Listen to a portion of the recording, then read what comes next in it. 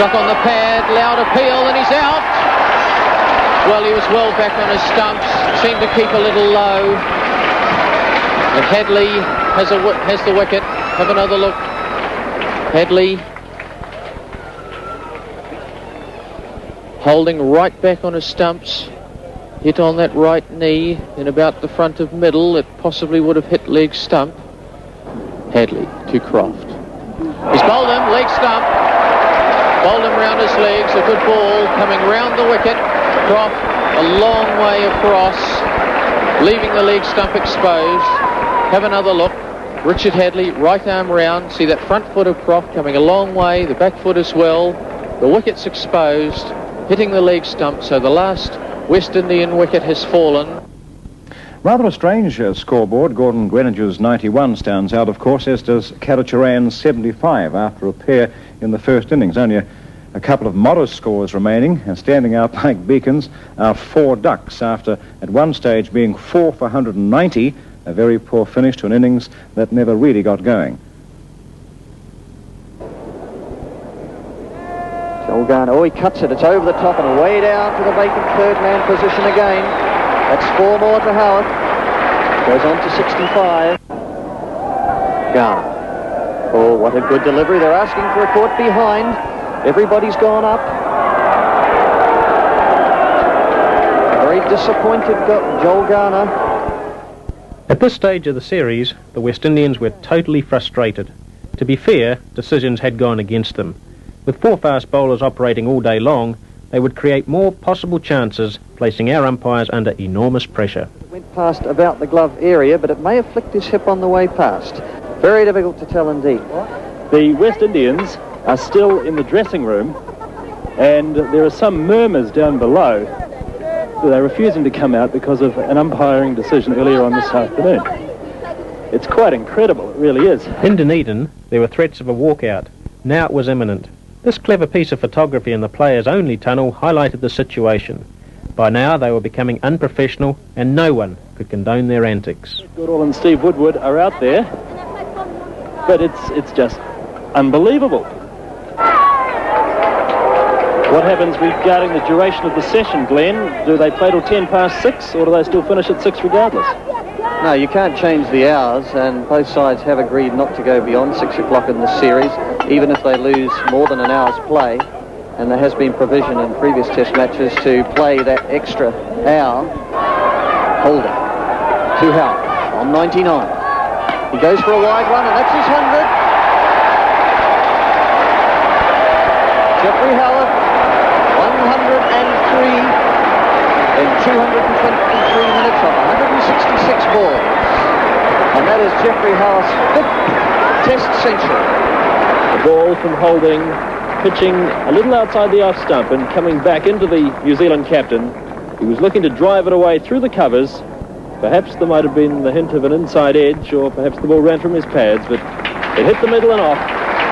Howard, his highest test score, bowled Holding 147. 10 no balls to his name. Bowling to Hadley.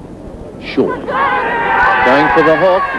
Loud appeal for a caught behind. That went close to the glove. Derek Murray, not very happy. Thrown in short by Croft, looking to hook Hadley, angling in towards him. The left-hander. And the West Indies going up for the caught behind. Colin Croft not at all happy. This is what all the controversy's been about, similar incidents.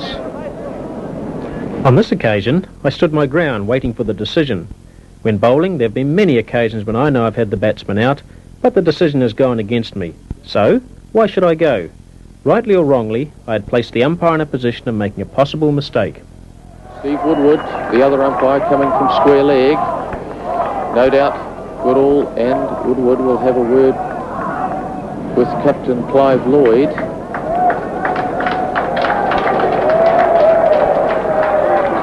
We can only speculate at what's going on out there, but I imagine that following that loud appeal from the West Indians, Colin Croft was noticeably upset. He had a word or two to Fred Goodall, and this has prompted Goodall to go down and speak to Clive Lloyd. Croft to Hadley. No ball called, wide down the leg side. Croft's 11th no ball. New Zealand move on to 325.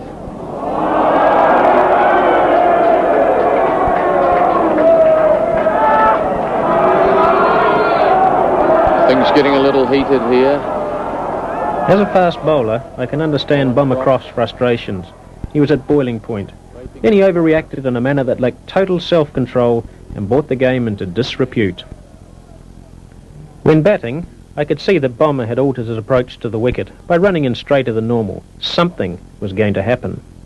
Well, he hit umpire Fred Goodall on his run-up. He ran deliberately close to umpire Goodall, struck him on the way through, and we see Fred Goodall moving down to Clive Lloyd. That was a deliberate... Clive Lloyd, the captain, appeared to show a complete lack of interest and responsibility in diffusing a highly explosive situation. Quite frankly, he should have calmed his bowler and his teammates down. They were here to play cricket. By now they had lost all the public's respect. Had this been a soccer or rugby match, the player involved would have been sent off and possibly banned for life. To move down to skipper Clive Lloyd. Unfortunate incident. One can only wonder where we go from here.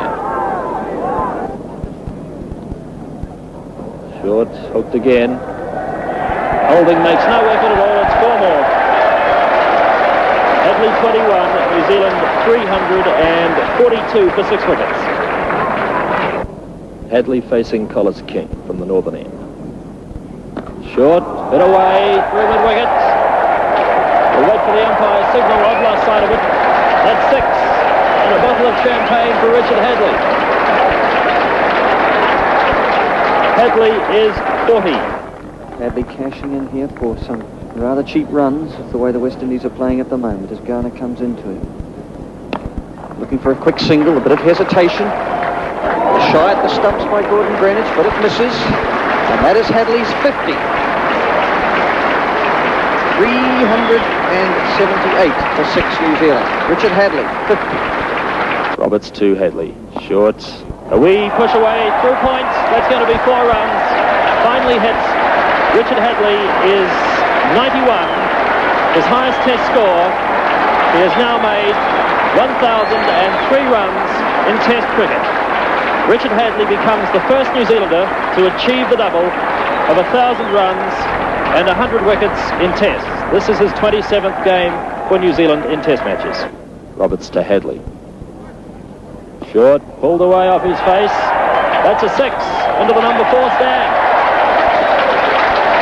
Richard Hadley is 98. New Zealand are 441 for 8 wickets. Kalacharran to Hadley. Short, there it is. 4 runs to the backward point boundary. Richard Hadley, 103. New Zealand, 446 for 8 wickets.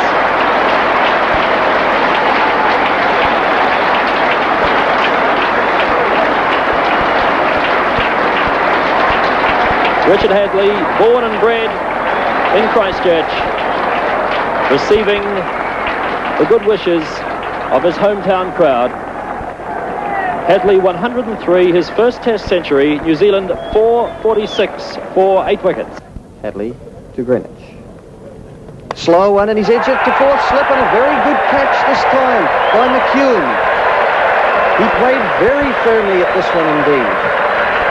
The West Indies' first wicket goes down, that of Gordon Greenwich, with his score at 7, and the West Indies 10 for 1. Although this was a bitter series, there were some outstanding individual contributions made by both teams.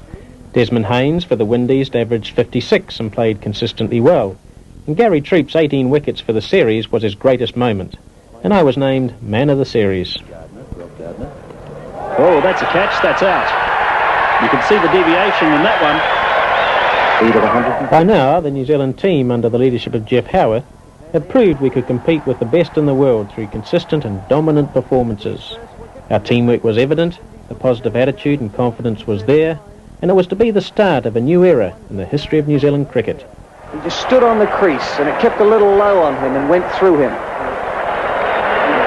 The 8th West Indies wicket down. Joel Garner out for 7. Troop to Andy Roberts.